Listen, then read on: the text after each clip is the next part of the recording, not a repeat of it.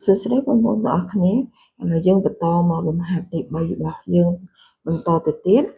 3គេស្រុងចំនួនសិស្សដែលបានចុះឈ្មោះចូលរៀននៅវិទ្យាស្ថានមួយតាមជំនាញនីមួយៗចា៎ដោយមុខជំនាញនោះមានជំនាញកុំព្យូទ័រទេសចរណ៍និងគណនេយ្យដែលមានចំនួនសិស្សប្រុសនិងសិស្សស្រីហើយគេឲ្យកូនទាំងអស់គ្នាចូលបកស្រាយទិន្នន័យនេះជាក្រាបសសរដោយកុំព្យូទ័រមាន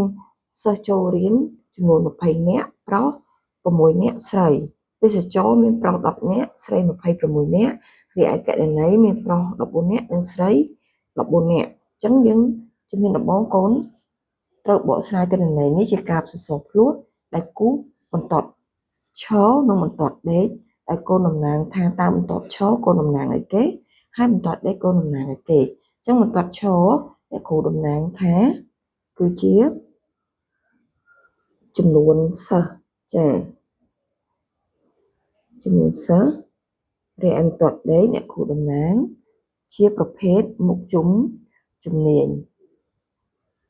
ចាមុខជំនាញយើងមានជំនាញអីគេខ្លះកូនមានជំនាញកុំព្យូទ័រអញ្ចឹងយើងត្រូវក្រឹកមើលតើយកប្រមាណមកប្រឡោះសម្រាប់អ្នកគ្រូក្រឹកយកមកប្រឡោះ5 10 15 20 25 30 35ចាដោយមុខជំនាញកុំព្យូទ័រសិស្សប្រុសមានចំនួន20នាក់សិស្សប្រុសមានចំនួន20នាក់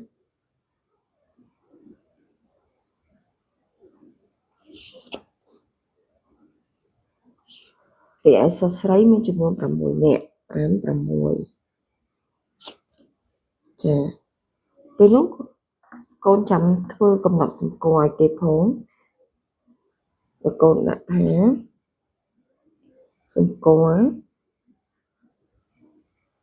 ប្រអប់ពណ៌សគឺសម្គាល់ឲ្យសិស្សប្រុសរីឯប្រអប់ដែលមានឆ្នោតកូនតំណាងឲ្យសិស្សស្រីចាអញ្ចឹងមុខជំនាញកុំព្យូទ័រប្រុសមាន20ស្រីមាន6នាក់រីឯមុខជំនាញទេសចរប្រុសមាន10នាក់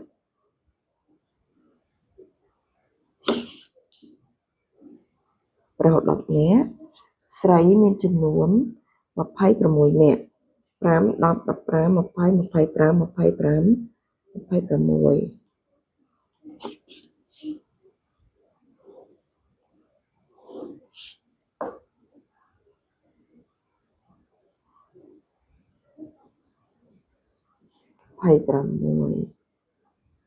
ចាស្រី10នាក់មុខជំនាញគណនេយ្យ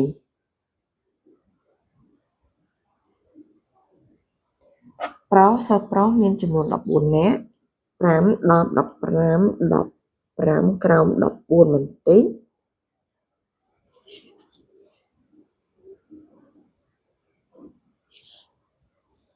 រីឯសិស្សស្រីមានចំនួន14នាក់ដែរចាចំពោះក្រាបសសរគណនេយ្យគឺសិស្សប្រុសនិងសិស្សស្រីស្មើគ្នា14